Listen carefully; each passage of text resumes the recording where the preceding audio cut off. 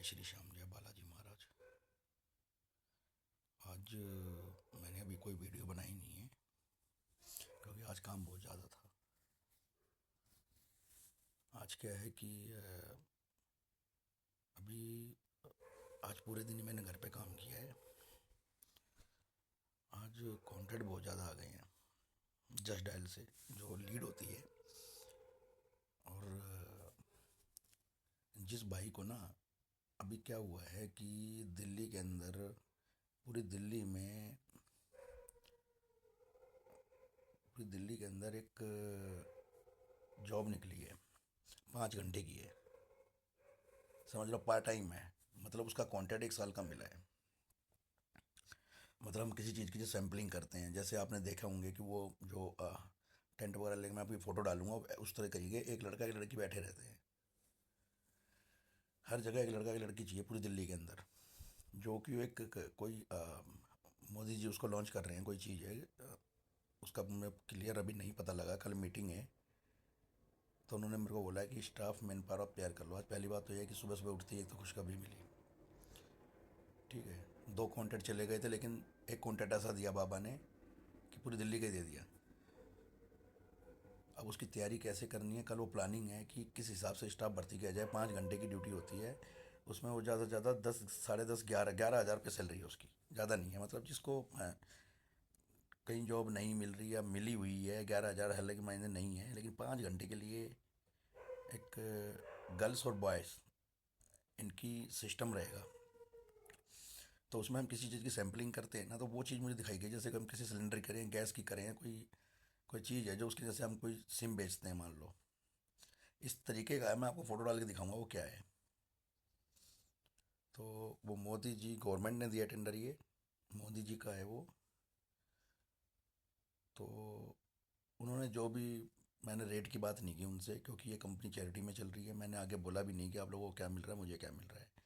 मैं क्या है कि काम ले लेता हूँ। क्यों काम ले लेता हूँ कि मेरी कंपनी से एक नाम से अगर कोई रोजी रोटी चला रहा है, क्योंकि ऐसे भी इंसान हैं जो धरती पे सोचते हैं कि हमारे घर में क्या बनेगा। ज़रूरी नहीं है कि सारे ही इंसान ऐसे मिले। भगवान ने हर तरह के इंसान बनाए हुए हैं, तरह तरह की मजबूरियाँ बनाई हुई हैं। ठीक है। तो अभी मेरे को कॉल सुबह से आ भी गई, क्योंकि कुछ स्टाफ मैंने पेंडिंग में रख रखा था। कहीं का कॉन्ट्रैक्ट चला गया था तो उनको मैं शिफ्ट कर दूंगा। और एक लाजपत नगर में एक वो है, क्या नाम है, वृद्धाश्रम है। उस वृद्धाश्रम का पूरा कॉन्ट्रैक्ट मुझे मिल गया। वहाँ खाने से लेके, पीने से लेके, सिक्योरिटी गार्ड, सफाई वाले जो भी हैं, सफाई में लड़का लड़की जो भी मांगे। दिन में एक अच्छा गार्ड मांग रखा है उन्होंने, रात में कोई गार्ड नहीं है। तो कल उनके साथ भी मेरी मीटिंग है सर के साथ में। वो तो आज ही बुला रहे थे, लेकिन आज मेरी थोड़ी तबीयत ठीक नहीं थी, क्योंकि मम्मी की भी तबीयत ठीक नहीं चल रही थी। हमारी बहन बेटियाँ आई हुई थी, तो उनको आज विदाई कर रहे थे हम लोग। तो इसलिए मैं ज़्यादा वीडियो बना नहीं पाया। मेरा मेन क्या है वीडियो बनाने का यार, मैं चक्कर क्या है कि इस वीडियो में इस पे क्यों आया, जबकि भगवान ने सब कुछ दे रखा। मुझे इन चीज़ों से मतलब नहीं है, लेकिन जो मुझे जितना दिया मैं आप लोगों को दूंगा। क्योंकि आने वाला वक्त ना इसी मोबाइल के ऊपर है यार। अब मैं किस आदमी से मिलने जाऊं और भाई साहब क्या हाल है, दुनिया में ये चल रहा है। ये तो चमत्कार है यार कि इस मोबाइल से कम दुनिया देख तो रही है। मेरे यार दोस्त तो जुड़े हुए हैं, मेरे भाई जुड़े हुए हैं, जितने भी मेरे साथ नौकरी की, ज़िंदगी आगे जो बढ़े हुए हैं ज़िंदगी में, लाइफ में। पता नहीं क्या श्याम बाबा करवा रहे हैं। ठीक है। तो रात को अभी मैं सोने जा रहा था, मैंने कहा चलो यार एक वीडियो बना के बता दूं। किसी भाई को जरूरत होगी ना, मेरे कंपनी का ये जो स्कैनर है ना, इसको खोलेंगे सारी वेबसाइट आ जाएगी। सिर्फ मेरा ही नंबर दोनों वो, किसी पे भी आप मुझे कॉल करके बता सकते हैं कि हम लोग फ्री हैं। क्योंकि कल मेरे पास लोकेशन आ जाएगी पूरी दिल्ली की, कहाँ कहाँ पे स्टाफ देना पूरी दिल्ली के अंदर, वो कहाँ पे कैंपेन होगा। जो मुझे मिला है 1 साल, 1.5 साल का कॉन्ट्रैक्ट है वो, 1.5 साल का कंटिन्यू कॉन्ट्रैक्ट है वो। तो मैंने इसलिए ले लिया वो, सस्ता कॉन्ट्रैक्ट था। क्योंकि कंपनी अभी क्या है कि हमें घमंड नहीं करना है कि बड़ी बड़ा काम लो। बड़ा काम कभी नहीं आएगा ज़िंदगी में। इस छोटे से ही दाल रोटी चलानी पड़ेगी। छोटा काम है, कंपनी का सारा किसी को मिल रहा है, तो हमें, मेरी भी दाल रोटी हल्का फुल्की चल जाए, क्या पता। ऊपर से नहीं बचता तो नहीं बचता, बच जाता तो बच जाता। तो किसी कॉन्टेंट में बचता है, किसी में नहीं बचता। तो ये भी ना समझे कि भाई इतना शरीफ आदमी हूँ मैं, आप जानते हैं। बच्चे तो मुझे भी पालने हैं ज़िंदगी में। अगर मैं इतनी भागा दौड़ी, इतनी मेहनत कर रहा हूँ तो किसी काम के लिए कर रहा हूँ। फ्री में कोई काम नहीं करता दुनिया में, ना ना कभी करवाना भी चाहिए किसी से फ्री में।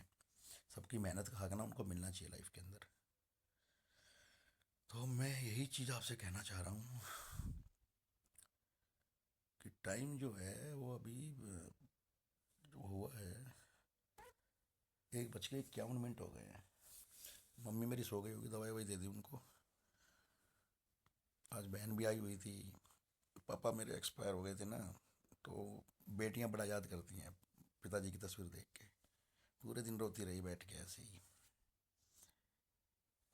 आते हैं जब घर में बेचारी आती हैं तो बाप की याद रहती है। बाप रहते थे हमारे पिताजी, हम लोग क्या इज्जत कर पाते हैं यार।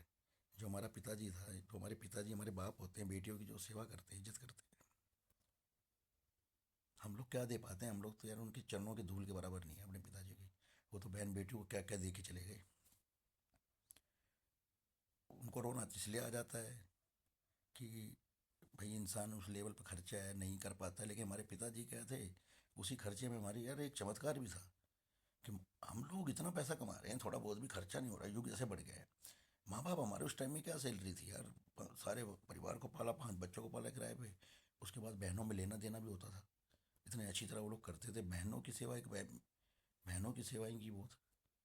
हर त्योहार पे मेरे जो माँ बाप नहीं, मेरे जितने भी भाई हैं ना, इनके सबकी पुरानी जो जनरेशन है, इनके दादा प्रधान जो भी है, पुराने माँ बाप हैं जो भी है, ये लोग ना, इनके अंदर एक गट्स है। ये हमें ये कहते हैं कि जितना बहन बेटियों को दोगे ना उतना मिलेगा। और हम ये सोचते हैं यार, अभी दिवाली हुई थी तो मेरी मम्मी बोली कि एक नोएडा बहन है, एक वहाँ है, मैं कहीं फंसा हुआ था गुड़गांव में, 6 दिन से 8 दिन से घर नहीं गया था। कोई टेंडर चल रहा था वहाँ पे, वो था, वो नहीं आ पाया। तो जहाँ पे टेंडर चलता है वहाँ मुझे रहना पड़ता है यार, क्योंकि वहाँ वो टेंडर हाथ से चला जाएगा अगर मैं वहाँ पे रहूँगा तो। वहाँ बहुत सिस्टम गड़बड़ हो जाता है, उस बंदे को सेट करने में ही टाइम लग जाता है। जब वहाँ पे मालिक होते हैं तो वो डायरेक्ट डीलिंग कर लेते हैं, जो वहाँ के डायरेक्टर वगैरह होते हैं, जो फील्ड अफसर हैं, ये नहीं कर पाएंगे। हम तो इनको काम देते हैं ना फील्ड अफसरों को, तो वो करते हैं, क्योंकि डायरेक्ट जो मैं उनको बोल दूँ वो मुझे बोल देंगे, तो हम में फ़र्क है। तो ये चीज़ें हैं। अब उस दिन मेरी माँ ने क्या बोला, मैं इतना सोया नहीं था कई दिनों से। मैं 6 दिन बाद घर आया था, वाइफ बच्चों के पास बैठा था मैं। रोहिणी आके, मैंने कहा कल आता हूँ मम्मी। तो माँ के जो आत्मा है ना, माँ की आत्मा ने मतलब जितने बच्चे पैदा किए ना, सब पे प्यार जाता है, और छोटे पे थोड़ा सा ज़्यादा जाता है। तो ये हकीकत है, ये संसार नहीं, वाकई है। छोटे पे 10 गुना प्यार ज़्यादा होता है पूरे परिवार में। और जो मेरी छोटी बहन है, छोटा भाई है, बहन आई, उन्होंने क्या बोला मेरे को कि यार रविंदर आ गया तो बेटा, हाँ मैंने कहा आ गया। कहाँ पे है, मैंने कहा ये बच्चों के पास हूँ, आज थोड़ा थका हुआ हूँ, सोऊंगा आराम से। बोली नहीं बेटा, कल वो दिवाली 2 दिन में, 1 दिन में आने वाली है, जाके जाके बच्चों के, बेटियों को घर में जाके मिठाई डब्बा दे के आओ। एक बुराड़ी में रहती है, एक नोएडा में रहती है। मैंने कहा यार यार, मेरे मन में ये आ गया, मैं भी इंसान हूँ यार। मैंने कहा मम्मी, मेरा चिचड़ा दिमाग हो रहा है, मुझे सोने दो, रेस्ट का 6 दिन बाद आऊँगा, मैं देख लूँगा उसको बाद में। मैं रैपिडो से कर दूंगा उसको, मैं रैपिडो करवा दूंगा, मिठाई पहुँच जाएगी। जाम बहुत है दिवाली के दिन, मैं नहीं जाऊँगा। इतना बोला। मेरी माँ ने 70 फ़ोन कर दिए मेरे को। बेटा जाना है, जाना है तो जाना है, बहन बेटियों को देना जरूरी है, क्यों देना जरूरी है, और जाना क्यों जरूरी है हर त्योहार पे, मुझे मेरी माँ ने बताया। मैं समझ नहीं रहा था इस बात को। बोली हम किसी के घर में अपनी बहन बेटी देते हैं ना, तो वहाँ पे अगर तुम्हारा पिताजी नहीं है, तो बहनों के घर में जाके देखना होता है कि हमारी बहन सुखी है या नहीं है। क्योंकि बहन कभी तुम्हें बोलेगी नहीं, ना अपने अपने बारे में, ना अपने हस्बैंड के बारे में, ना बच्चों के बारे में। वहाँ पे जाने से एक दबा बनता है कि भाई इनके भी परिवार से कोई आता है। अगर उसके ऊपर कोई दबाव भी होगा ना ज़िंदगी में, तो ये सोचेंगे ससुराल वाले कि यार इनका भाई आता है या बाप आता है, इनको देखता रहता है। जिस दिन बहनों को देखना छोड़ दिया ना, उस दिन उन पर अत्याचार होना शुरू हो जाता है कभी कभी। अगर हस्बैंड ठीक ना हो तो क्या पता अंदर से क्या। कई बार बहनें खोलती हैं, परिवार है, छोड़ूं तो दिक्कत है। माँ की बहुत चीज़ें, ये 90% है आज की डेट में। कोई बहनें अपना दर्द बताना नहीं चाहती अपने माँ बाप से, क्योंकि उनको पता है कि अगर बताएंगे तो भाई लड़ेंगे, बाप लड़ेंगे। मेरी बहन ने खुद 12 साल बाद बताया था कि इतना अत्याचार हो रहा था, मैं कितना दर्द हुआ था उस चीज़ का। तुम्हें पता ही होगा कि मेरी कंपनी में एक बार जॉब सस्पेंड कर दिया था। वो जो हमारे जो थे आगे थे यहाँ पे, पुलिस लेके नौकरी खाने के लिए, क्योंकि पैसा मैं लगा रहा था नौकरी में और कोई कमा नहीं रहा था। उनके वकील ने दिमाग लगा, पहले इस बंदे को अंदर करो, झूठे इल्ज़ाम लगाए, झूठे सारा सिस्टम लगाया, लेकिन श्याम बाबा क्या कहते हैं कि मुझे तो शुरू से ही रहा, मैंने कहा ये श्याम बाबा ये क्या हो गया। उस टाइम से ही मैं, बालाजी महाराज ये क्या है यार, ये तो क्रॉसिंग केस है। तो मेरी कंपनी में आके मेरी नौकरी को खाना, यानी कि इनके जो घर की मजबूती या आर्थिक स्थिति है वो गड़बड़ हो जाए तो ये कोर्ट में पैसा नहीं लगा पाएगा बंदा। कितना माइंड लगाए, जो भी इनका वकील है क्या माइंड लगाया, जो इनके सलाहकार होते हैं, इनको इनको ये नहीं पता होता इन सलाहकारों को कि ऊपर श्याम बाबा भी बैठे हैं जो एक गलत सलाह देते हैं ना। पैसे के चक्कर में क्रॉसिंग केस, एक उसकी साइड से लड़ता है, ये जीवन है यार, एक उसकी साइड से लड़ता है, कोई तो लड़ेगा ही। लेकिन यार इनको भी देखना चाहिए, भगवान ने ऐसी पद्धति इनको दे दी है कि ये पाप करे तो दिक्कत, क्योंकि ये तो कर्म कर रहे हैं। अगर ये मुझे अंदर ओके करेंगे तभी कर्म करेंगे, लेकिन भगवान भी तो अपना कर्म करेगा। तुम अपना कर्म करे जाओ, मैं भगवान पे विश्वास है, तुम इंसान पे विश्वास करो। तो आपको याद होगा कि क्रॉसिंग कैसे हो गया था। तो मैं जब गया तो मेरी लॉक एंट्री हो गई थी गेट पे, स्काई गवर्नमेंट। उस टाइम बहुत डिप्रेशन में चला गया। और मेरे पिताजी देखो, पिताजी को भी ऐसे हुआ था, सारे परिवार पे कर दिया था। क्यों किया था? बहन को कोई पिटता हुआ देख नहीं सकता, वो भी क्यों हुआ था? क्योंकि बड़ी बहन का दर्द उसने कभी बताया नहीं, और मैं एक दिन चुपके से चला गया वैसे ही। पहले तो मैं प्लान बना के जाता था, एक दिन ऐसे चला गया घर में। तो हो रहा था छोटा मोटा कलेश, उस दिन तो बुरा हाल हो रहा था, बच्चों को मारना पीटना और ये वो। मैं बोला यार ये क्या सीन है, लोहे की रॉड से ये वो। मैंने कहा माय गॉड देवर ये ओके। फिर मैंने लगाया दिमाग। वो बोले ये कैसे आ गया, उसकी माँ बोली बाहर पानी वानी पियो। मैंने कहा पानी तो पी लूँ, पहले ये क्या कलेश कर रखा है। मैंने उसी टाइम ना उनको पेलना स्टार्ट कर दिया सबको, क्योंकि भाई का जो खून होता है ना, बाप तो नरम हो जाएगा, बहनों को कोई हाथ लगाता है ना फिर जीजा जीजा दिखाई नहीं देता।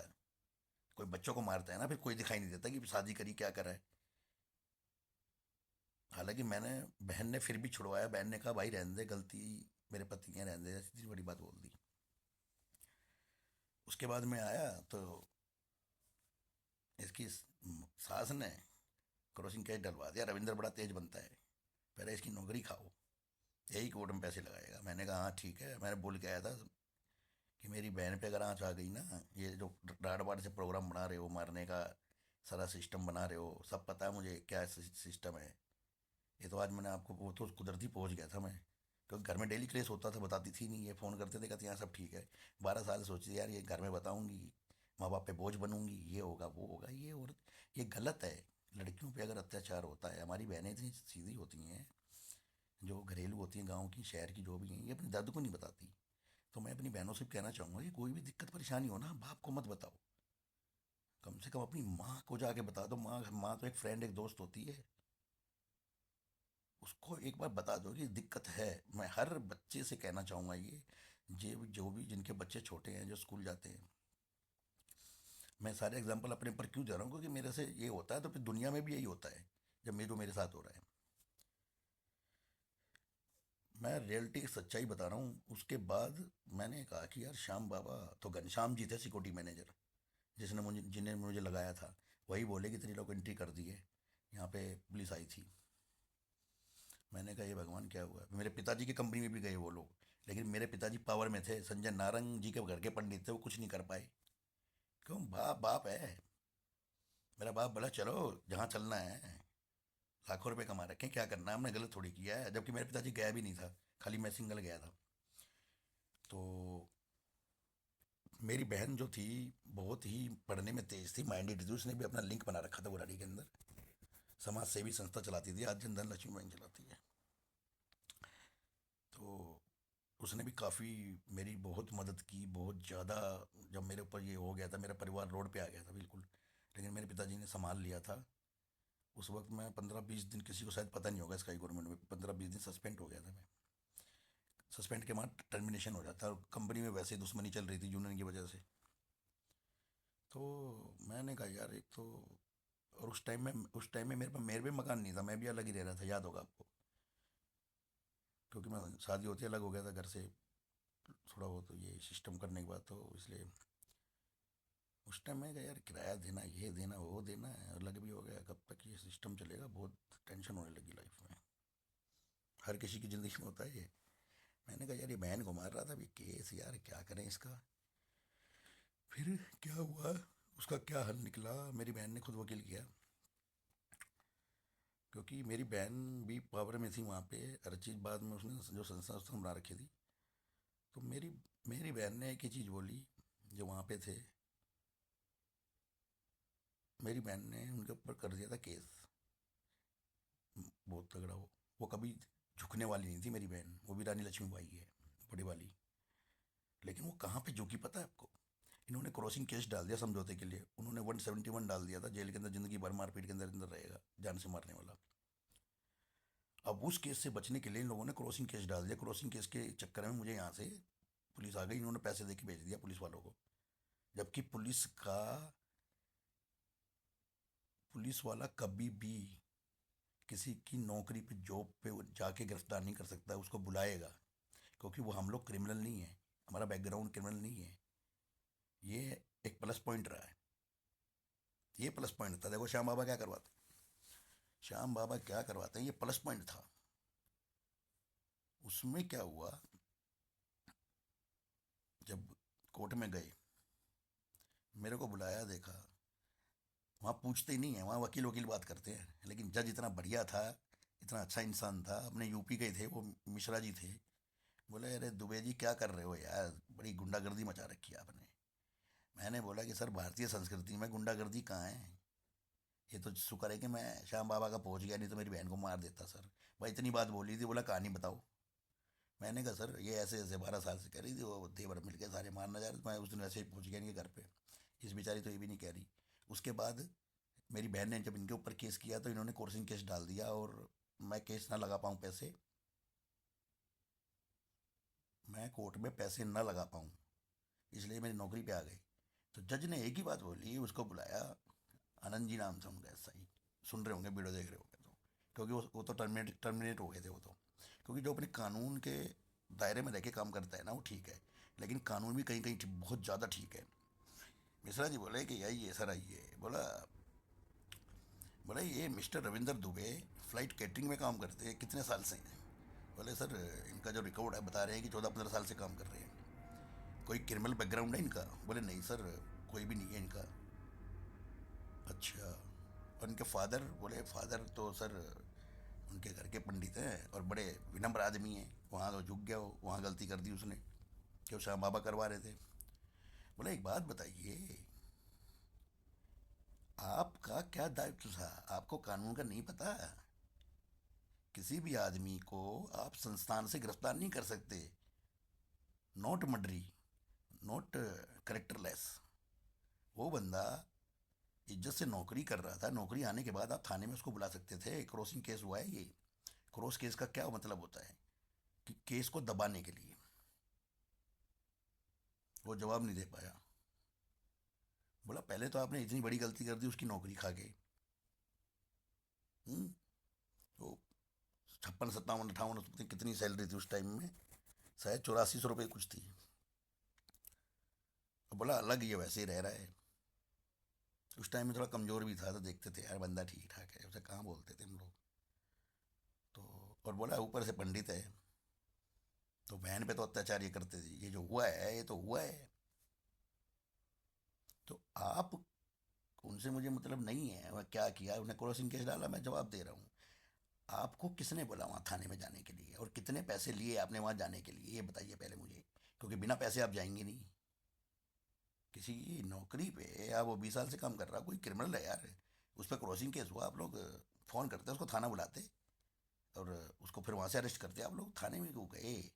यहाँ मुद्दा फंस गया कि थाने कंपनी के अंदर गए क्यों, जब ये बंदा अपनी जगह राइट है, रिकॉर्ड अच्छा है इसका, सब कुछ है, 20 साल से एयरलाइंस वेरिफिकेशन होती है इसकी यार, कहीं भाग रहा था, मकान है इसका, सब कुछ है, तुम क्यों गए?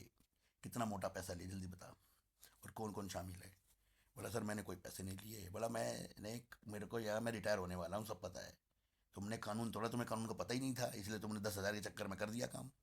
अब ये 10,000 रुपये जो तुम लेके गए हो जेब में डाल के, बुराड़ी के थे वो, संत नगर के, सुन रहे होंगे मुझे, ऐसे बात हुई थी जैसे फिल्मी स्टाइल होती है, मैंने ज़िंदगी में नहीं देखी भाई कि कोर्ट में भी कभी किसी का भगवान ना, जब जैसे वीडियो देखते हो ना कैसे वो पूछता है, कभी कभी कोई नहीं होता तो क्या करोगे आप? हमने तो कोई वकील ही नहीं कर रखा था यार, वो सरकारी वकील था, वो पता नहीं वो अच्छा वकील था, तभी ये बात हुई। और मिश्रा जी थे यूपी के थे, तब उन्होंने बात कर ली।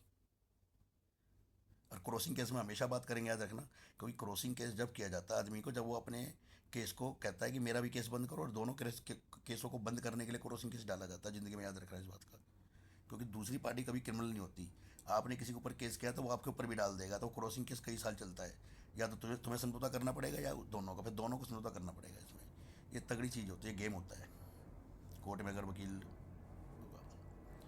तो हमारा जो वकील थे वो चौधरी साहब थे, जाट थे, लंबे चौड़े एक नंबर के आदमी, बुराड़ी संत नगर के सबसे बड़े आदमी थे यार।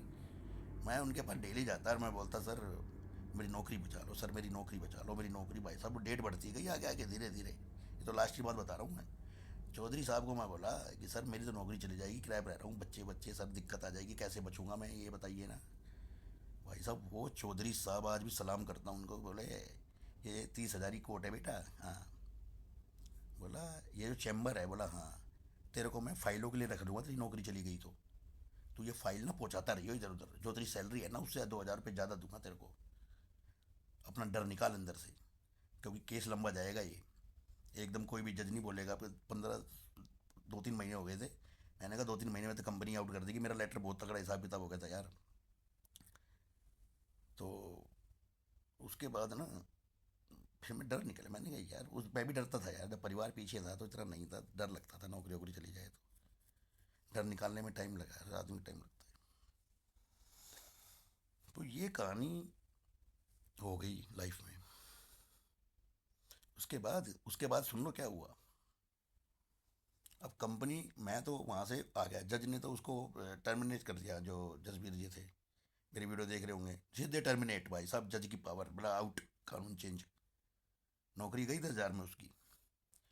दूसरा था जो आगे एसएचओ साहब थे, जो गैम्बलर थे, जो वहाँ गेम बनाया था बैठ के, उनका ट्रांसफ़र सीधा पता नहीं किस जगह पे किया था, मेरी बहन ने करवाया था, उसने कहा, क्योंकि ये लीगल थे वो लोग।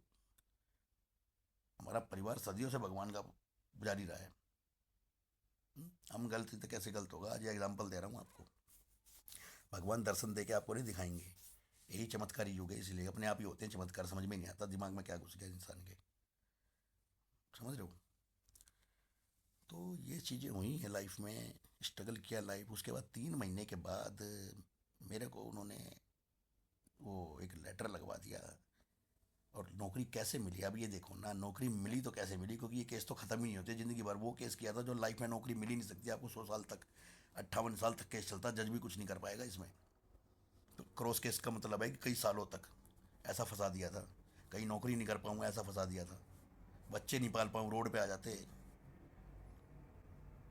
मेरी बहन देखती रही, जाती रही डेट पे, लेकिन मेरे कारण मेरी बहन ने उस दिन संकल्प लिया कि भाई तू अपने बच्चों से परेशान हो गया, तेरी नौकरी ख़त्म हो जाएगी मेरी वजह से, मेरे केस की वजह से, मेरी गलती है ये, मैं इस केस को समझौता कर रही हूँ। लेकिन बहुत तड़फी वो, क्योंकि उस उनको सज़ा दिलानी ज़रूरी थी। लेकिन मेरी नौकरी और परमानेंट नौकरी थी ये। उस टाइम में नौकरियां बड़ी मुश्किल से मिलती थी यार, आज तो नौकरी झटाक से मिल जाती है। वहाँ तो सिक्योरिटी की नौकरी भी नहीं थी, 10-12 हज़ार की, कहीं मुझे मिलता पता ही नहीं था क्या होता था सिक्योरिटी पिक्योरिटी है। हमने तो अपनी ज़िंदगी उसे ही मान लिया था, स्काई गवर्नमेंट को ही।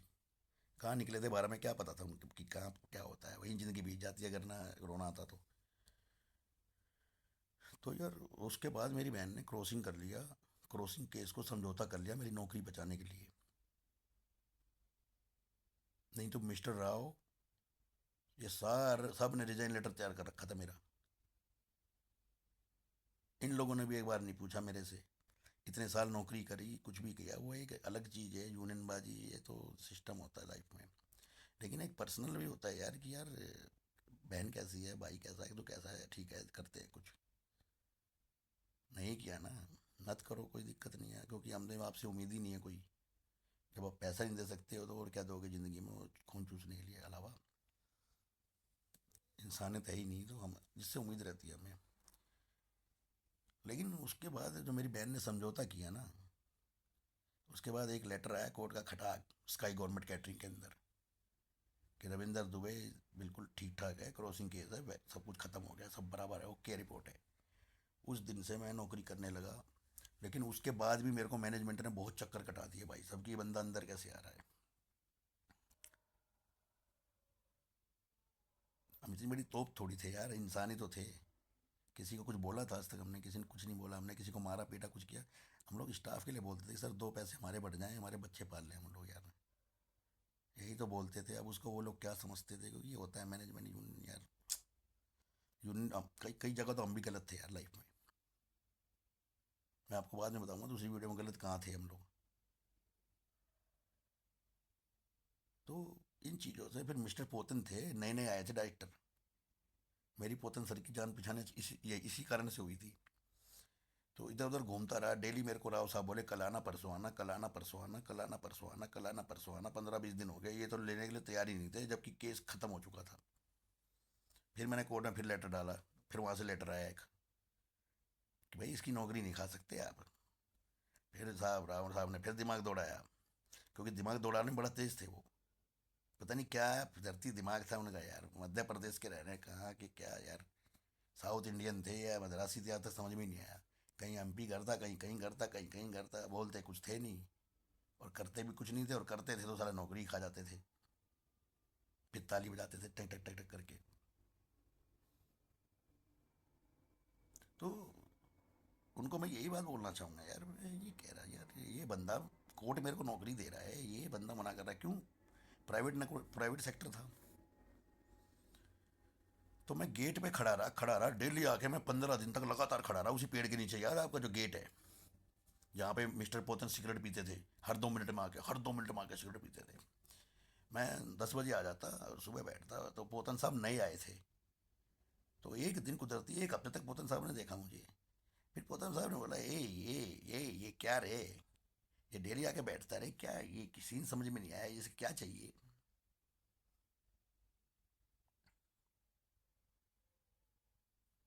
उस टाइम में भटनागर थे शायद। भटनागर में साथ सिगरेट वगैरह नहीं पीते थे। शेफ थे, क्या नाम है उनका, घटक जी थे, कौन था? घटक जी बोले यार ये स्टाफ है हमारा, बहुत पुराना स्टाफ है। हाँ शेफ थे। ऑपरेशन का कोई होता ना तो और भी उल्टा बोल देता।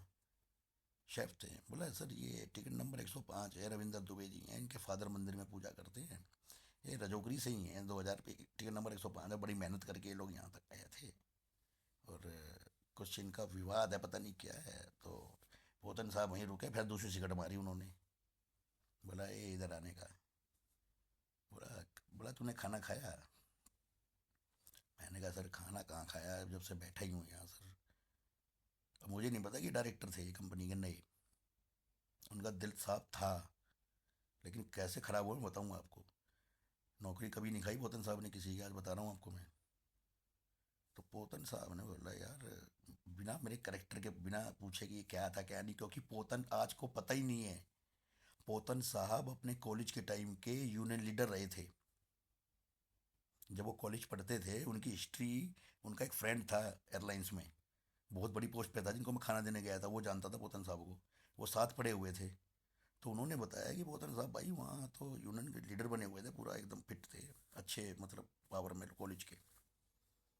मैंने कहा यार ठीक।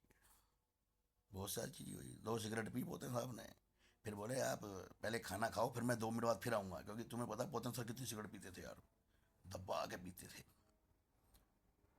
क्योंकि बाहर ही आते थे सीधा, मारे जहाँ सिगरेट फिर अंदर गए, फिर जहाँ सिगरेट फिर अंदर गए। तो मेरे को एंट्री दिला दी, आई कार्ड लगा दिया, कौन सा जो ओरिजिनल था उसके साथ प्लास्टिक वाला, जो प्लास्टिक का होता है कि यह बंदा साला जिस कंपनी को सींचा हमने। स्टाफ की बात कर रहा हूँ मैं आपको, मैनेजमेंट की। गए अंदर, खाना खाए, लोग बाग ऐसे देख रहे जैसे कोई जेल से छूटा हुआ आदमी आया हो। लेकिन मेरा जो स्टाफ था, जो गढ़वाली भाई थे, जो सारा स्टाफ मेरे साथ सीनियर था, वो सब मेरी चीज़ों को जानते थे यार, घर परिवार का ये सारी चीज़ें। बढ़िया आदमी, 20 साल से काम कर रहा था, 10 साल से। क्योंकि उनको पता था कोर्ट का लेटर आएगा, हो गया बेटा, हो गया बैन का ठीक है, बैन वून ठीक है।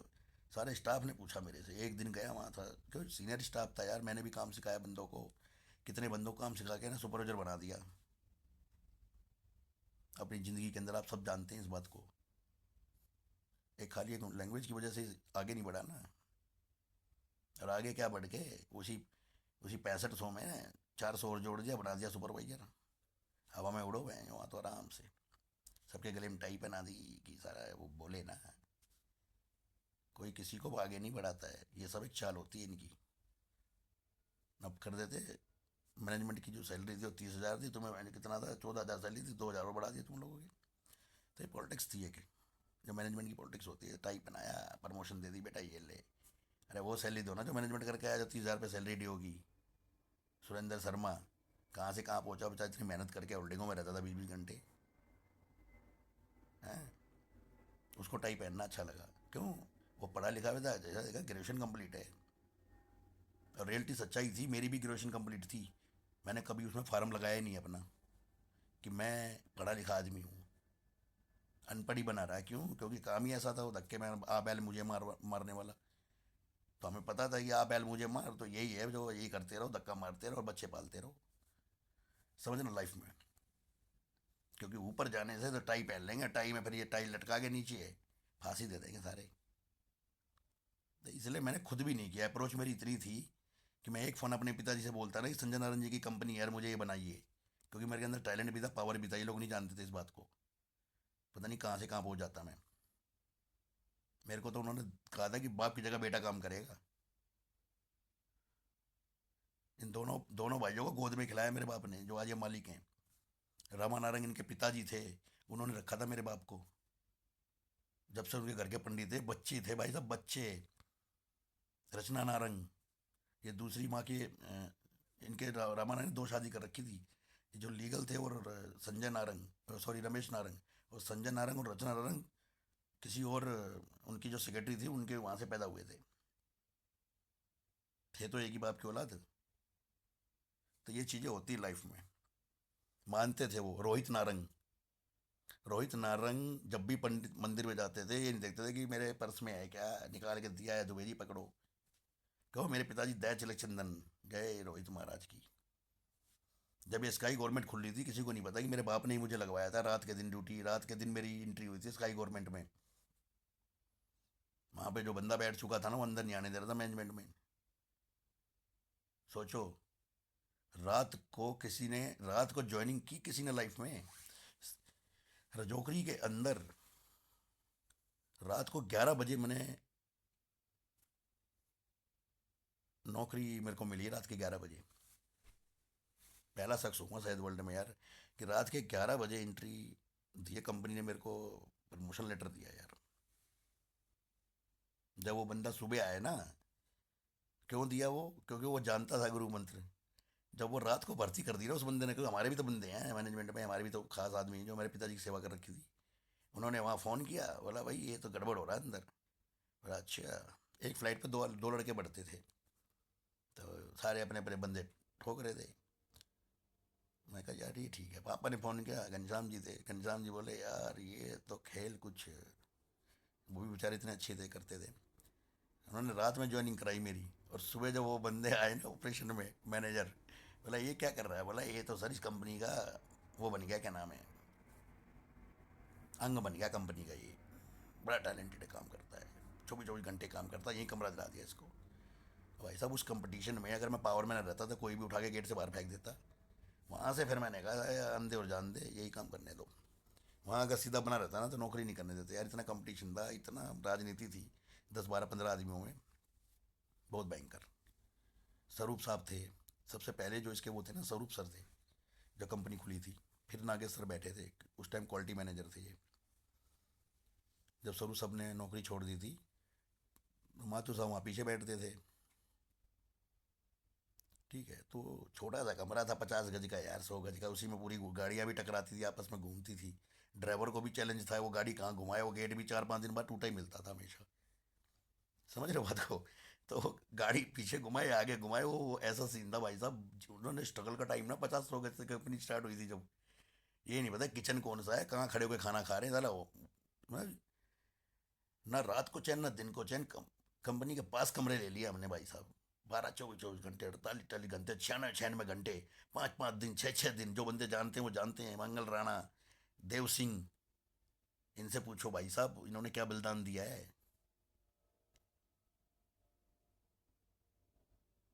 वो मेहनत तो आज तक ना भूल पाया यार। वो जैसे महाभारत का युद्ध था यार, ऐसा हो रखा था पूरा।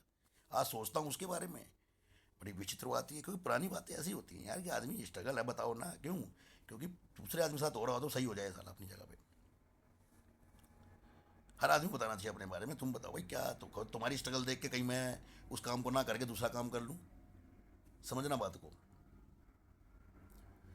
तो यार ऐसी ऐसी चीज़ें हुई, रात को एंट्री हुई, फिर भाई फिर अच्छा वहाँ था जहाँ ये जब सिगरेट पी रहे थे पोतन साहब, मैं खाना खाया, HR मैनेजर रंगा राव उधर से घुस रहा था, निकल गया है, हे मिस्टर दुबे कैसा रे, पापा कैसे है, मम्मी कैसी, पापा की तबीयत ठीक है रे, देखा तो।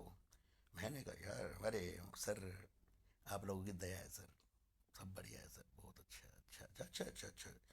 किससे बात किया रे तू मैंने कहा वो एक वो पोतन साहब है काले से, वो नाम नहीं पता था, मैंने कहा वो काले से सर हैं, उन्होंने मेरे को बोला अंदर खाना वाना खा के आओ फिर बात करो सिगरेट पीने के लिए।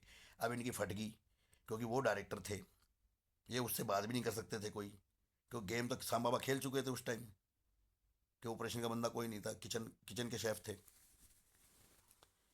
तो पोतन साहब मैं गया खाना वाना खा के बाहर, दो पीढ़ी बिठाई, बैठा रहा, फिर आए पोतन साहब और वो सैफ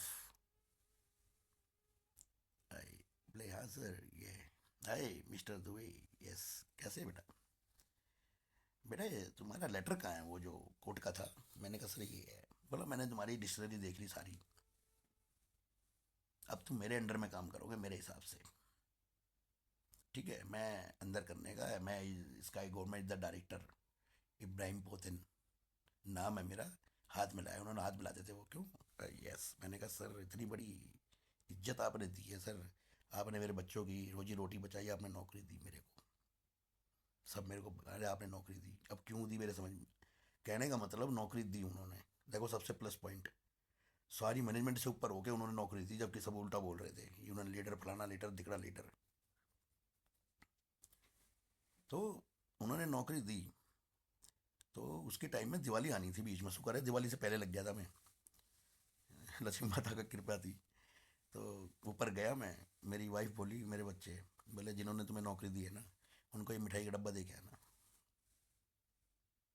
लेकिन धन्यवाद बोलना उनको जाके, थैंक यू जो उन्होंने रोजी रोटी बचाई। परिवार भी परेशान था यार, एक परमानेंट जब जो छूटती है ना वही आदमी जानता है जो होता है, कैजुअल नौकरी छूट जाए वो कोई नहीं, ये पकड़ी दर पकड़ी, नौकरी तो यार शरीर से जुड़ी होती है, आत्मा से, हमारे परिवार बच्चों से जुड़ी रहती है यार, दुख होता है, सारी वाइफें भी परेशान, टेंशन लाइफ, ये होता है हर घर में होता है ये।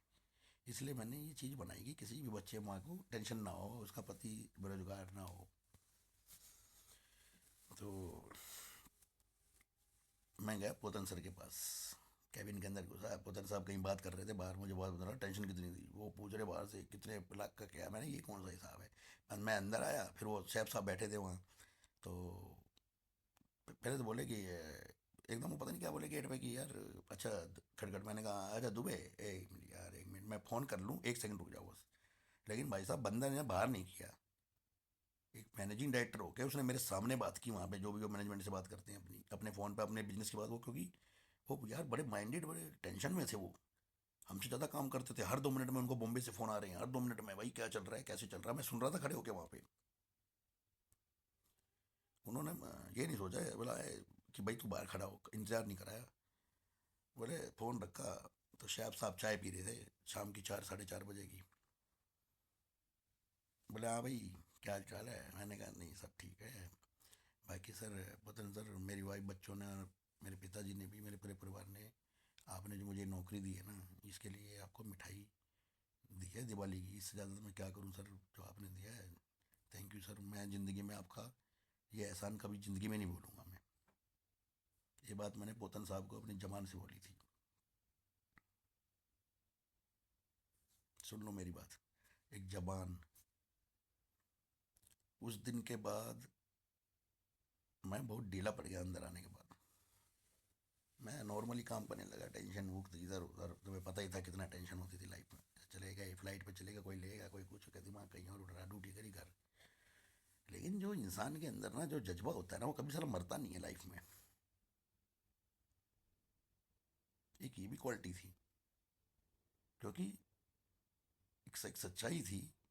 तो उस वक्त क्या था कि पोतन साहब सर ने ज़्यादा ध्यान नहीं दिया, बोला कि चल यार चलने दे, सारी चीज़ें मैंने डिस्कस भी किया सर से। तो आ गया वही टाइम सेटलमेंट वाला। फिर वहाँ 2 यूनियन बनेगी यानी।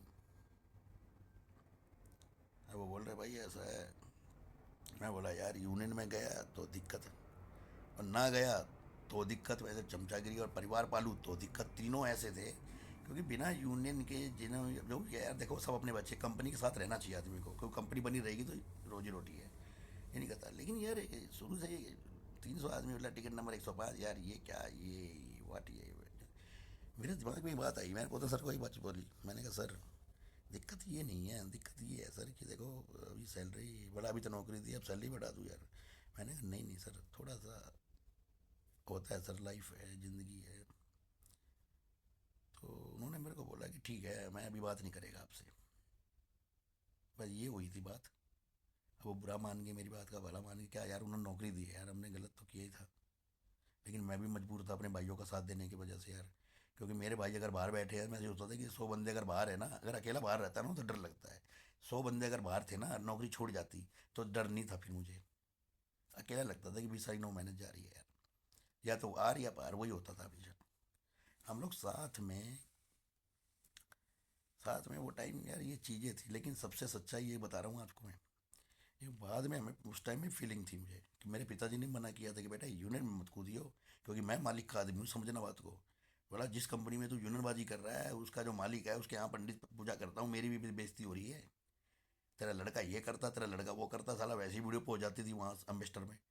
बोला यूनियन लीडर रहे तेरा लड़का रहे। लेकिन रमेश नारंग को भी दिखाई वीडियो, फिर भी बोला वो पंडित बन जा, क्यों, जानता था यार ये तो ऐसे ही है, बाबा आपका चलेगा। इतनी सोच नहीं सोचते थे। वो कमरे में आके बैठे थे रमेश नारंग साहब, तो मेरे पिताजी गुजरात सीधे अंदर घुसते थे, तिलक चंदन लगाया और बायोडाटा दे दिया। बड़े इसको बाद में देखेगा, HR को दे दो, बहुत छोटी चीज़ है ये। राणा को दे दिया, पहले बता रहा हूँ। तो राणा जी ने घुमाना शुरू कर दिया कि मालिक जब आएगा आएगा। मैंने कहा पिताजी कहाँ चढ़ते हो यार, बार बार मेरे लिए नौकरी के लिए आप पैर मत जोड़ा करो, ठीक है, ये नौकरी आपकी देन है। तो यार ये तो सिस्टम रहा ज़िंदगी में। और सबसे सच्चाई ना, अपनी गलती को एक्सेप्ट करना चाहिए लाइफ में। हमें पता तो था साला गलत हो रहा है। राजनीति वो चीज़ है, हमारी मैनेजमेंट गलत नहीं थी। आज मैं तुम्हें फिर बता रहा हूँ कि मैनेजमेंट का रोल ही यही होता है यार, वो उनका कर्म वही है। उनको जो ओहदा दिया जाता है, जो पोस्ट दी जाती है, लेकिन वो कुछ कर्म से ज़्यादा ही स्मार्ट हो जाते हैं ना, तो वो बदनाम हो जाते हैं। जैसे भटनागर जी हैं, बहुत अच्छे इंसान रहे हैं यार। कौशिक सर रहे हैं, कभी आज तक कौशिक सर ने किसी को बदतमीजी से बात नहीं की। इतने पुराने स्टाफ है भाई साहब, आज की डेट में कैटरिंग में सबसे पुराने हमारे मिस्टर कौशिक हैं। गई साहब, गई साहब जब बांग्लादेश का वो चल रहा था ना कैटरिंग का, वो आते ही मेरे को हाथ लगाया, सब चिढ़ गए, बोला ये क्या है यार, ये तो बांग्लादेश के स्टेशन मैनेजर है, रविंद्र दुबे से बात कर रहे हैं। अरे भाई उनके साथ काम किया था अम्बेस्टर में, मानते थे, काम सिखाया था उन लोगों को, आज से थोड़ी थे हम लोग। तो ये जो चीज़ें है ना, पुरानी चीज़ें नहीं है लाइफ की। अब बंदे कहते हैं वो एक बेटा पुरानी चीज़ें बोल रहा है, अरे नहीं बेटा, पुरानी चीज़ों से तो आगे बढ़ोगे, पुरानी चीज़ों को भूल गए ना, तो फिर अपनी वाइफ भी भूल जाओ, अपनी माँ भी भूल जाओ, अपनी बहन भी भूल जाओ। जब पुरानी चीज़ें भूलने के लिए वो आदमी बोल रहा है याद मत रखो, याद रहती हैं, दिमाग है ये, जब मरेगा आदमी तभी जाएगा, उसके बाद भी नहीं जाता ये। हर आदमी के जितने भी बसे हैं ना, सबके दिमाग में ये चीज़ होगी, जितने भी स्टाफ है, मैनेजमेंट है। तो लेकिन गलती क्या हुई है मैं बताता हूँ आपको। मैं यार उस वक्त हम लोग गलत तो बोल देते थे, क्योंकि हमारी मैनेजमेंट इतनी ख़राब नहीं थी, अच्छी मैनेजमेंट थी। हमें कई बार मौके दिए। जितनी बार यार ये स्ट्राइक हुई है राजनीति के कारण, और ये हुई सब राजनीति के कारण। राजनीति स्ट्राइक साल 10 साल 20 साल में एक बार होती है, कहाँ नहीं होती, अम्बेस्टर में हुई है। स्ट्राइक का तो मतलब ही नहीं होता था ज़िंदगी में। ये स्ट्राइक ही क्यों हो रही थी, क्योंकि वो कौन करवा रहा था, क्या करवा रहा था, सब बाहरी वो राजनीति थी। और हम सोचते थे कि आगे बढ़ो और कर दो, आगे बढ़ो और कर दो। वो चीज़ उस टाइम नहीं भाप पाए कि जिस कंपनी में हम रोजी रोटी हिल रही है। यार सेटलमेंट की बात ही, समझना बात को। जो 15,000 सैलरी मिल रही थी वो तो मिलती रहती, वो तो धीरे धीरे क्या चलता था, मिस्टर में क्या होता था, सर इतना बढ़ा दो, ठीक है, 6 महीने 7 महीने नौकरी भी कर रहे, चल रहा है। स्ट्राइक मुद्दा कहाँ से आ गया यार, ये समझ में नहीं आया। क्योंकि हम लोग सारे जवान थे, हम लोगों की बुद्धियाँ काम नहीं करती थी। हम लोग भगत सिंह ना नकली भगत सिंह बने हुए थे। असली भगत सिंह जो थे वो तो असली थे। हमें पता ही नहीं था कि हम किस ओर जा रहे हैं। क्योंकि स्ट्राइक का मतलब है कि गवर्नमेंट भी साथ नहीं देगी, किसी कंपनी को आप बर्बाद करते हैं।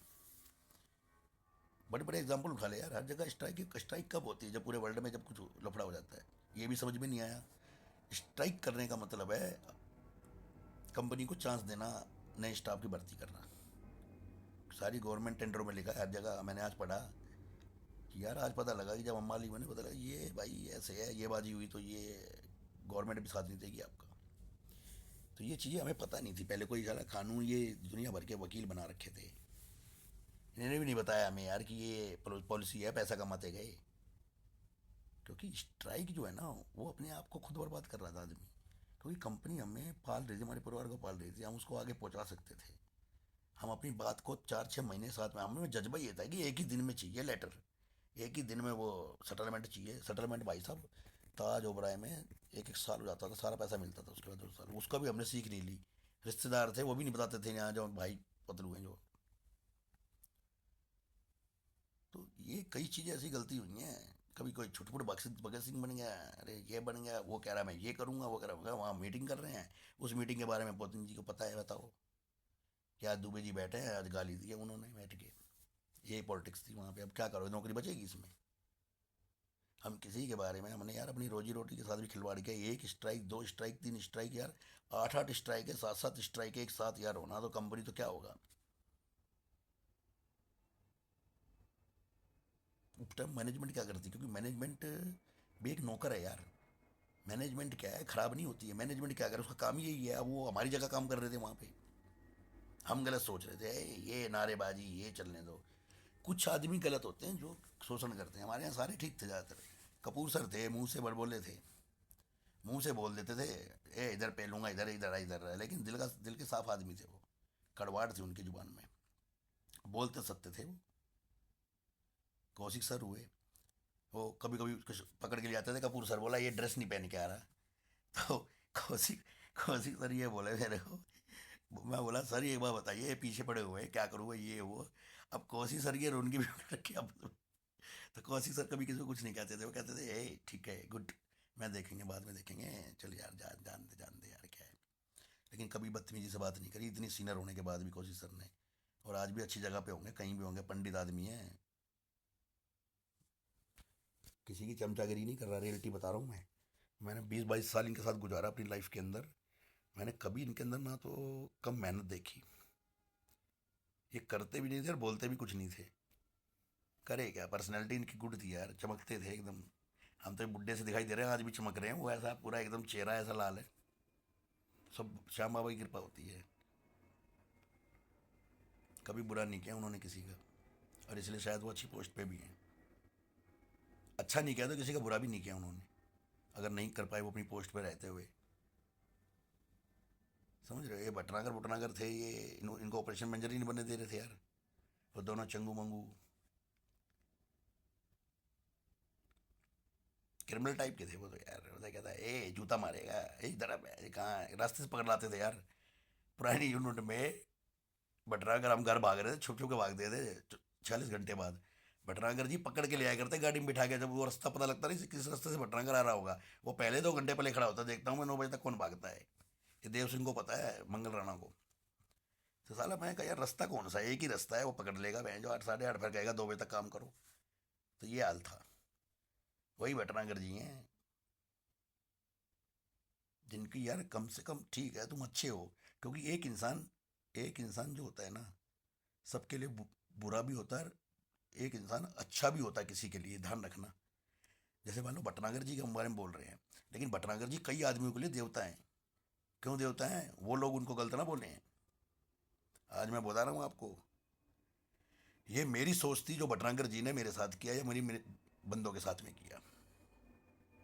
लेकिन भटनागर जी जैसा इंसान, मैंने क्या बोला था उस दिन, 80% अच्छाइयाँ देखो आप। वो क्यों मेरे से बचा हुआ था? क्योंकि 80% अच्छाइयाँ थी उसमें।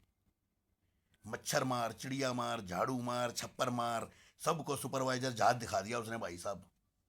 जो अनपढ़ आदमी था उसको सुपरवाइजर बना दिया। राजा राम जैसा बंदा, 4 ठू लाल 4 ठू काला और 4 ठू बेटा ऐसे हैंडओवर देना है। पेप्सी के नाम तक पता नहीं थे यार बेवरेज के अंदर। उन आदमियों के लिए तो ये देवता है यार भटनागर। जहाँ ताश खेलते थे, जो दारू लेके पहुंच गया उसके गले में टाई पहना दी। अब समझो बात को आप। हंसी आएगी आपको, ये कॉमेडियन है, कॉमेडियन। ये कहानी बनेगी बहुत बड़ी, ये साला फिल्म बन जाए ना तो सुपर हिट जाएगी। वो भटनागर जी शाम के 6 बजे रंगपुरी के अंदर ताशी गड्डिया बजाते थे, और वहीं बंदे सारे पहुंच जाते थे, आई सर आज मेरा नंबर टाई का। बोला लाया बेटा, कौन सी लाया है? बोला ये क्या नाम है, ये आरसी है सर। बोला ये साला ये कल आरसी नहीं लेके आया था, ये सिग्नेचर लेके आया था, टाई पहनी है। बोला सिग्नेचर है सर, अभी लाया 2 मिनट में। बोला भाई 200 तो 500 रुपये दियो, लेके ले सर सिग्नेचर है। बोला ला बेटा चंगू, कौन हूँ मच्छर मार, जो भागा था मच्छर मार, याद है आपको? मच्छर दो थे, एक वो मच्छर मारता था, जो दो तेज बोलता था सुनील। मच्छर उसका चंगू था, उसका दाया दाया टाई देने के बाद उसका था वो मुख्यमंत्री, मंत्री था उसका। बोला ए सुनील इधर आ बेटा, ये मच्छर इधर आ, ये एक टाई और लेके आ बेटा। अब वो मच्छर ने टाई घर में रख रखी, सोचो। सारी टाई वहां से निकलता था, और सुबह वह जब बंदा से सूर्योदय होता था ना, तो वो टाई पहन के निकलता था। और मैं 9 बजे ड्यूटी आऊँ, मैंने कहा यार ये तो सुपरवाइजर बना दिया, अरे वाह। फीलिंग तो होती थी, कर्म ही ऐसे करे तो क्या करोगे। प्राइवेट सेक्टर में सोचते थे कि यार किसी को नीचा दिखाना, क्या नीचा दिखाना किसी को यार, आगे नहीं बढ़ा देता। यही भटनागर जी की चाहती है। मैं उस ताश की गड्डी में पहुंच जाता है ना अगर, तो इनके भी 20 बोतलें ले जाता है सिग्नेचर की, इनके ऊपर ही गिराता है डर डर डर डर करके। ये मेरे को डबल टाई पहना देते, इनके पैरों में पड़ता है ना, जय ब्राह्मण देवता की, जय बजरंगबली महाराज की। तो ये मुझे भाई साहब जिंदगी में तू करके बात ना करते। अब सुन लो मेरी बात, सारे स्टाफ से तू, 90% स्टाफ से तू करके कहते, 10% स्टाफ इनके साथ में था, जिसके लिए भला सोचते थे, जो कंपनी का है बेटा इधर रहने का। लेकिन वो जो जो इनके साथ में जो स्टाफ था वो हमारे दोस्त थे सारे, ये भी देख लो। करमवीर वो इतना अच्छा इंसान था वो। देखो वही लोग गलत नहीं थे कोई, उधर तो वो अपने कर्म कर रहे हैं, लेकिन हमसे भी अच्छा रिलेशन रखा इन लोगों ने, बहुत थैंक यू बोलता हूँ इन लोगों को, जो कंपनी को बचा के रखा है। बचाने वाले बहुत होते हैं, तो इसके एहसान भी नहीं बोलने चाहिए, कितना क्या किया। तो ये सच्चाई है।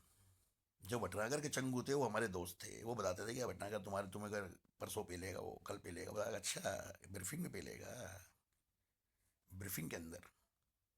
और जो ब्रीफिंग करता था तो देखो ना, ये टेम्परेचर क्या रे, अरे जो यार टेम्परेचर तो 22 है, 22 कैसे है, फ्लाइट पे क्या जाएगा? अच्छा जो काम कर तो ड्राई जी तोड़, समझना बात को, नीचा दिखाना। लेकिन काम इसके ये नहीं पता था कि काम हमारा क्या है, कोई काम है ही नहीं नीचा दिखाना। कोई मुझे फर्स्ट क्लास लगवाई, कुछ लगवाई, समझना बात को, ऑलराउंडर आदमी है। हमारा काम ड्राइव, मेरे सुपरवाइजर, ड्यूटी अफसर, ड्यूटी मैनेजर फ्लाइटों में धक्का मारते थे यार, क्या छोटा काम हो गया? ये भटनागर जी को नहीं पता थी, ये मुझे पता थी। स्वरूप जी ने जाके, मैंने वहाँ फ्लाइटों में धक्का मारा, नागेश जी ने जाके वहाँ फ्लाइट में धक्का मारा, स्टाफ नहीं था। कौशिक सर जाते थे एयरपोर्ट के ऊपर, ये सब जाते थे। ये छोटे हो गए क्या, इतनी बड़ी पोस्ट पे हो गए, धक्का मार रहे हैं, सोचो। मेरे को बोले ड्राइस तोड़ने के लिए, तो ड्राइस तो मेरे मेरे बच्चों को पाल रही है यार, वो तो उसी काम में आ रही है ना जो हजारों काम है। तो छोटा बड़ा काम क्या होता था, कोई फर्स्ट क्लास लगा रहा है, 4 बटन डाल दिए, सोचता था ये हो जाएगा। नीचा ऐसे नहीं दिखाया जाता है। नीचा तो मैं बताता आपको दिखाया कैसे जाता है किसी को। आपने नीचा नहीं दिखाया और काम सिखाया कि साला ले बेटा ड्राइस भी तोड़नी नहीं आती, अरे बेटा बढ़िया ड्राइस तोड़ो, टाइम पास करो, चाय पियो और घर चले जाओ। मैं यार ये भी ड्यूटी ठीक है। पर ये जो लंगूर थे ना, ये अपने मन में क्या सोचते थे, अरे यार ये ऐसे है वैसे है। 11 चेकलिस्ट होती थी, फ्लाइट उड़ानी है भी, 15 कितनी फ्लाइट उड़ाई यार। हमारे जितने सुपरवाइजर थे, इतने अच्छे सुपरवाइजर थे यार, जेनुअन, बेचारे बचाते थे। आगे का हैंडओवर हम लोग देते कि यार दिक्कत ना हो, पीछे का भी दे दिया करते थे कभी, कि हम दोनों को ही फ्लाइट उड़ानी है, कभी ये भी है। कभी सुपरवाइजर नहीं होता था तो लड़के से उड़वा दिया करते थे फ्लाइट, हमारी रोजी रोटी थी। एक दूसरे की रिस्पेक्ट करके ही काम होता था। अच्छे सुरेंद्र शर्मा भाई, इतने मैनेजमेंट से इतने अच्छे आदमी आए भी यार, पारिवारिक आदमी हमारे साथ जुड़े थे। बड़ा अच्छा माहौल था, बड़ा अच्छा एक्सपीरियंस रहा इन लोगों के साथ में काम का, लाइफ का। जो इनकी पर्सनल ज़िंदगी भी ठीक ठाक रहे सब अपने भगवान की दया से। तो इनके साथ कुछ ना कुछ सीखा ही है यार हमने ज़िंदगी में, समझ रहे हो ना, बहुत चीज़ें सीखने को मिली भाई। ये बातें मैं आपको क्यों बता रहा हूँ, कि ज़रूरी नहीं है कि पुरानी पुरानी बातों में ही तो मज़ा है बेटा। अब इसमें तो दिमाग लगा जाए कि मुझे तो इन्हें बोला है ये, कल कोई दुनिया वाला सोचेगा, दूसरा बंदा सोच के, जो हमें नहीं जानता। इन सालों के साथ में ऐसा हुआ है, तो कल को वो जाके कंपनी में स्ट्राइक नहीं करेंगे पहली बात तो, जब मुझे देखेंगे तो, कि जब इनके साथ ऐसा हुआ था ये काम नहीं करना, जो ये बता रहे थे। इसलिए ये काम हुआ, इसलिए बताया तुम्हें। और कोई कारण नहीं है कि यहाँ रात के 4 बज रहे 5 बज रहे, मैं आपको बता रहा हूँ। क्योंकि मैं 6 बजे तक काम करता हूँ, मुझे पता मेहनत का क्या होता है। 3 से 12 ड्यूटी करी थी यार, याद वही आदत रह गई 2-3 बजे सोना। वही ड्यूटी कहाँ करते थे हम लोग। तो ऐसी चीज़ें थी ज़िंदगी में जो याद आती है ना। गाने सुन के बड़ा मज़ा आता है हंसने में यार। गाने सुनो और भटनागर को याद करो, डै डै डै डै। हम तो उस जगह भी भटनागर को याद करते थे। सब खुश रहते थे, दगा दग चलता है। मतलब ये भी है, हमारी वाइफ तक जान गई यार कि भटनागर कौन है यार, ये बता दो। मेरे बच्चे बोलते थे, हमारी जो कंपनी में जितने स्टाफ था सबको भटनागर का नाम, मेरे पापा को भटनागर का नाम पता, मेरी माँ को पता, मेरी बहनों को पता, सबको पता है। साला क्यों 24 घंटे गाली देता था मैं उसको, निकलने के बाद भी, निकलने के अंदर भी। उसे ये नहीं पता था, राम राम नहीं जपता था उस टाइम। उस टाइम मैं भटनागर भटनागर जपता था, ये साला कब जाएगा, कब क्या होगा। मैं जो जीना मुश्किल कर रखा साले ने। मैं शाम बाबा डेली पूजा करता, मैं कहा यार इसका यार क्या करूं बाबा। तो मेरी वाइफ कहती थी ये किसका नाम ले रहे हो आप। मैंने कहा ये भटनागर देवता है, ये रोजी रोटी देते हैं साले। सुबह जाके वह जो वहाँ ड्राई छोड़ो, और फिर वो बुलाता है, झटका मार दो तो वह जो कहता है एक, इसका स्टाफ ना आए कितने दिन भी, कोई दिक्कत नहीं, दारू पहुंच गई है। तभी तो मुझे बुरा लगा ये आदमी। और दूसरा आदमी बेटा क्यों नहीं आया, किसको इन्फो दी थी। मैंने कहा सर कौशिक सर को दे दी थी फ़ोन पे।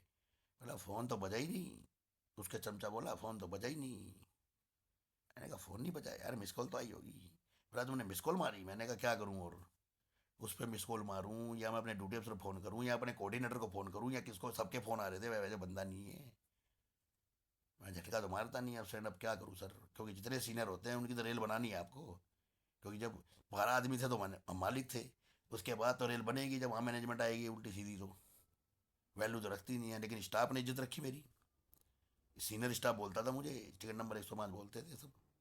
आज भी मैं उन स्टाफ को सलाम बोलता हूँ, जिन स्टाफों ने मेरी इज्जत की, जिन सुपरवाइजरों ने बड़ी इज्जत की मेरी। कभी भूल नहीं पाऊंगा उनको। वैल्यू समझते थे वो लोग मेरी। आपस में एक दूसरे को सब समझते थे, मेरी क्या सब कोई। बाकी गोलू, गोलू का तो पता ही होगा आपको, गोली है आज भी साला, पता नहीं कैसा हो गया वो गोल गोल होके। मस्त आदमी है यार। ऐसे भी स्टाफ थे। कुछ चीज़ें यार, दुखी भी हुआ मैं बहुत आत्मा से अभी, जब हम गए नहीं। देखो पता सबके बारे में रखता हूँ मैं। हमारे राकेश सर थे, वो एक्सपायर कर गए थे, पहलवान साहब हमारे। भगवान उनकी आत्मा को शांति दे। पता नहीं क्या हुआ यार, इतना अच्छा शरीर था उनका, लेकिन ये शरीर है, मिट्टी शरीर है, दर्द मत लो, दुख मत लो। जब तक आए उन्होंने अच्छा काम किया, कभी किसी का बुरा नहीं किया उन्होंने, चूँ भी नहीं किया यार। राज सर थे, उनको पपीता खाने से ही फुर्सत नहीं थी, बेल्ट पे लगा दिए रात में तय पपीता। भाई साहब मैं बता रहा हूँ, इतनी तगड़ी सेहत बनाने, लाल हो गए थे एकदम। और मेरे घर के पीछे रहते थे बुध विहार, वहाँ जहाँ मेरी ससुराल थी।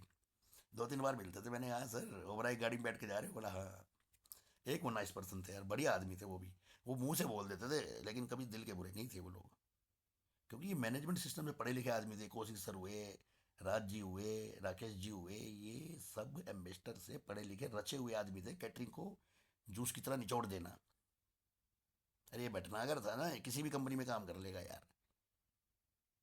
पता नहीं कहाँ से, कौन सी कैटरिंग से आया था ये, कौन सी रेलवे में देता था ये, किस जन्म में आ गया यार ये। संजय यादव यार, संजय यादव जी, रिस्पेक्टेड भाई वाले यार, सलाम करता हूँ उनको पूरा स्टाफ के साथ में। भाई साहब इतना नाइस पर्सन नहीं देखा। वो भटनागर बैठते थे ना, तो उनकी क्यों बिगड़ती थी। वो उधर बैठा रहे, जब वो ऑपरेशन मैनेजर नहीं थे, भटनागर जी थे उस टाइम, वो दोनों एक ही सीट आगे पीछे करके बैठते थे, तो वो इधर करके बैठे वो इधर। तो मैं भटनागर ना जाके उसके पास जाएगा था, मैं सर छुट्टी है। वो भटनागर का मुंह देखे और लिख दे जो। बोला कितने दिन, बोला 20 दिन। अरे अच्छा, जा बेटा।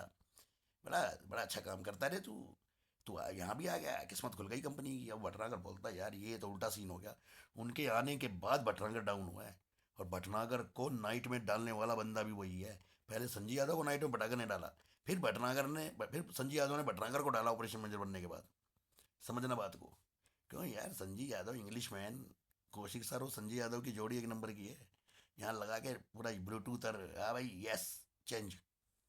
और कितनी छुट्टियां गए लोग बाग यार, कितना क्या गए। यादव जी तो यही नहीं पूछते थे क्या है ये, उस पर साला हमने 20 दिन लिख दिया। एक दिन कहा था त्रिवेदी जी थे, त्रिवेदी जी आ गए जब, तब इनकी सबकी फटी। असली असली शेर तो तब आया जब वो खतरनाक मैनेजमेंट वाला। क्योंकि उसके टाइम में भटनागर जी ये लोडर थे ओबराय के अंदर। ये भी एक कहानी है, बाद में बताऊंगा तुम्हें। सारी कहानी पता है, बताया करते हो। वो साले ड्यूटी सुपरवाइजर थे, लोडर थे। अब वो उससे की बहन वहाँ ऑपरेशन मैनेजर बने हुए हैं। बोला अच्छा, सीनियर मैनेजर आ गया अब तो। और वो त्रिवेदी जी का तो अलग ही रोल था भाई, जो उनको बारे में तो यार कुछ अलग ही है।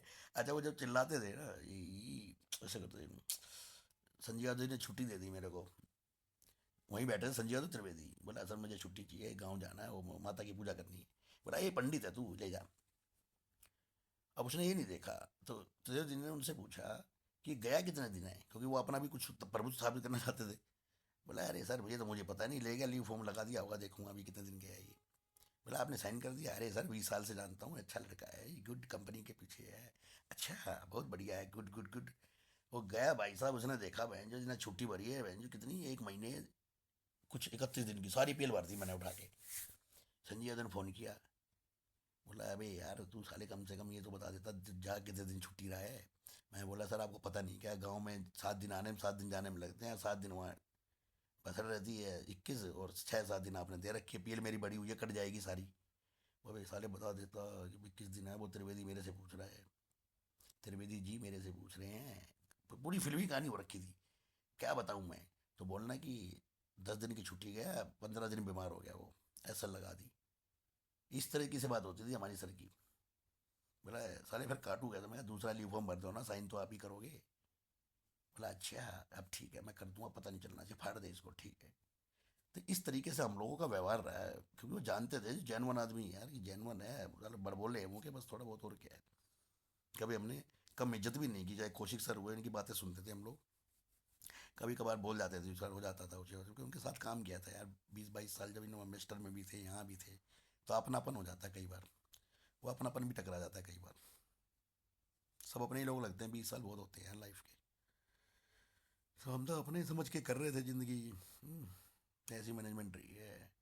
लेकिन आज भी मेरी बेटी कहती है पापा वो भटनागर जी कहाँ हैं, उनसे भी तगड़ी पढ़ाई करती है। मैंने कहा बेटा ऊपर बन जाना, लेकिन भटनागर मत बनना, मैंने फोटो टांग रखी है वहाँ।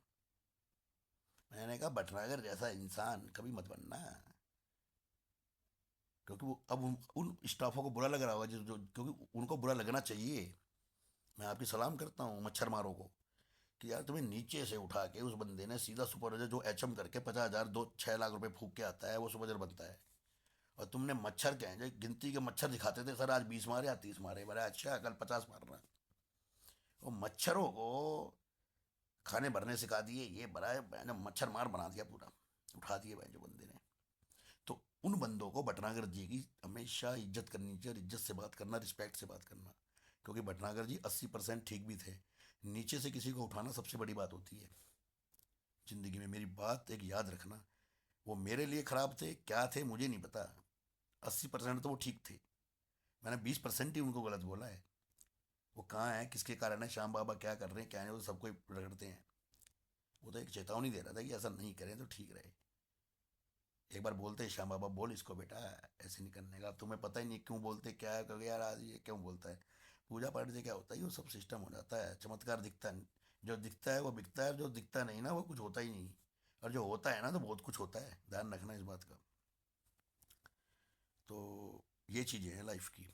तो अब ये जो मेरे एग्जाम्पल को देख के पूरी दुनिया अगर देख लेगी यार ऐसा होता है, ऐसा परमानेंट नौकरियों में। तो जब दुबे जी के साथ परवीन के, इनकी जो टीम के साथ ऐसा हुआ, तो हमें अपनी कंपनी के साथ में ऐसा नहीं करना चाहिए, कभी स्ट्राइक नहीं करनी चाहिए ज़िंदगी में। मेरी बात याद रखना, जिस कंपनी में जितनी भी दुनिया मेरे को देख रही है, कोई भी वर्ल्ड का लेवल है, मालिक का साथ दो हमेशा, याद रखना। यूनियन कुछ नहीं होती, क्योंकि ये कलयुग है, सब बिके हुए इंसान हैं। सबको पैसे कमाने के तरीके से ही यूनियन बनती है खाली। इसमें वर्कर मारा जाता है, मैनेजमेंट की बिगड़ती है। अपने दायित्व को पहचानिए, और ये चीज़ कभी मत करना जो हम लोगों ने गलती की थी ज़िंदगी में कभी। ये भी बहुत बड़ी गलती थी, मैं खुद एक्सेप्ट कर रहा हूँ इसको। एक बार होती, 2 बार होती, 10-10 बार ये चीज़ें हुई हैं, क्यों हुई, किस कारण से हुई। एक चैन सिस्टम में सब चले गए जो भी सही थे। कितने महान महान आदमी नौकरी निकलते, अरे कोई भगत सिंह यार। कहने का मेरा मकसद प्राइवेट सेक्टर तो हमें ही नहीं, प्राइवेट सेक्टर होता क्या है यार, हमें पहले पता ही नहीं था। परमानेंट लेटर ले लिया यार, ये फलाना दिख रहा भाई, कुछ नहीं है। उस कंपनी को जीवित रखना जरूरी होता है। और ये मैनेजमेंट के कारण नहीं, आज बता रहा हूँ, मेरा जो पर्सनल है, हम लोगों ने जो 10 बार स्ट्राइक करी तब कंपनी बंद हुई है, ना तो ये साली कोरोना में भी बंद नहीं होती। पोतन साहब ने बड़ा दम लगा दिया था इसमें। ऐसी खतरनाक मैनेजमेंट थी भाई साहब, पढ़ी लिखी मैनेजमेंट थी, कॉलेज वाले बंदे थे, जवान आदमी बैठा हुआ था मिस्टर पोतन। लेकिन हुआ क्या, यही हो गया। मैंने तो जब 2005 में ज्वाइनिंग की थी वहाँ, उसके बाद भी मैंने ब्रजेश साहब को बोला था, पूछ लेना ब्रजेश जी से, ब्रजेश जी वीडियो देख रहे होंगे मेरी। ब्रजेश जी ने कमरे में मीटिंग करी जब पहली यूनियन बन रही थी कंपनी का, पहली यूनियन। जो अब कोल्ड किचन है ना, हॉट किचन ना बेकरी है, उसी के अंदर सब इकट्ठे थे, नागेश सर थे, माथुर सर इधर खड़े थे, इधर सारा सिस्टम था जब यूनियन बनने जा रही थी। लेकिन देखो नागेश सर की इतनी अच्छी आदत थी, उन्होंने पहले ही परमानेंट लेटर लेके आ रखे थे सारे बंदों के, वो सबको देना चाह रहे थे। लेकिन सारा उस दिन भी सीन उल्टा हो गया। अब वो कह रहे सबको एक साथ दो। अरे यार कंपनी अभी इतनी बड़ी है नहीं, समझ में आया नहीं कि 300 बंदों को कैसे लेटर दे देगी एक साथ। कितनी गलतियां हुई हैं पता आपको। धीरे धीरे आदमी प्रमोशन परमानेंट करता है यार। मिस्टर ताज हो रहा है था सारा। सब दिमाग जब खराब होता है ना इंसान का, पता नहीं चलता क्या जोशबाजी में, कि हम लोग जवान थे, हमारी गलती क्या थी कि हम लोग जोशीले थे,